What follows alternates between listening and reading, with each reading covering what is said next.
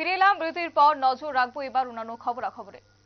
10 ফেব্রুয়ারি ধর্মনগর জেলা হাসপাতালে চিকিৎসার জন্য ধর্মনগর জেল থেকে নিয়ে আসা হয়েছিল মার্ডার কেসের আসামি অর্থাৎ খুনের অভিযোগে অভিযুক্ত ধর্মনগর জেলা হাসপাতাল থেকে সে পরবর্তী সময়ে পালিয়ে যাওয়ার পর আসামি দিলীপ নাথকে দুদিন পর ধর্মনগর থানা, পানিসাগর থানা এবং এলাকাবাসীর সহযোগিতায় পানিসাগর থানা এলাকার জলেবাসা মাধবপুর তার নিজ বাড়ি থেকে তাকে আটক করেছে ধর্মনগর থানায় নিয়ে আসা হয়েছে পরবর্তী সময়ে।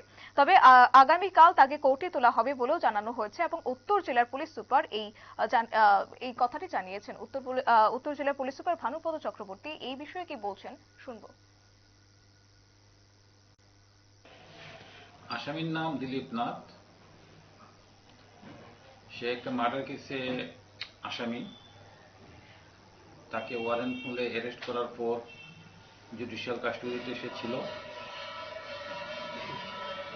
গতকালকে ভোর রাতে চিকিৎসাধীন অবস্থাতে ধর্মনগর যে হসপিটাল, সেই হসপিটালের পক্ষ থেকেও পালিয়ে যায়।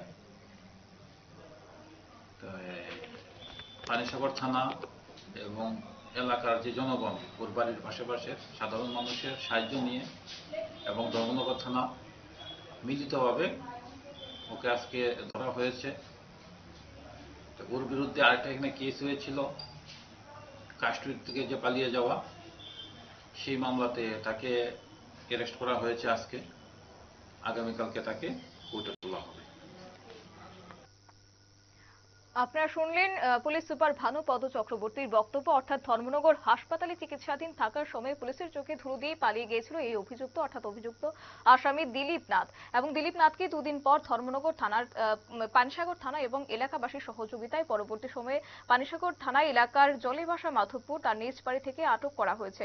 পাশাপাশি ধর্মনগর থানায় তাকে নিয়ে আসা হয়েছে এবং আগামীকাল তাকে কোর্টে তোলা হবে বলেও জানানো হয়েছে, জানিয়েছেন পুলিশ সুপার ভানুপদ চক্রবর্তী। নিয়ে নিচ্ছে ছোট একটি বিজ্ঞাপন বিরতির, সঙ্গে থাকুন।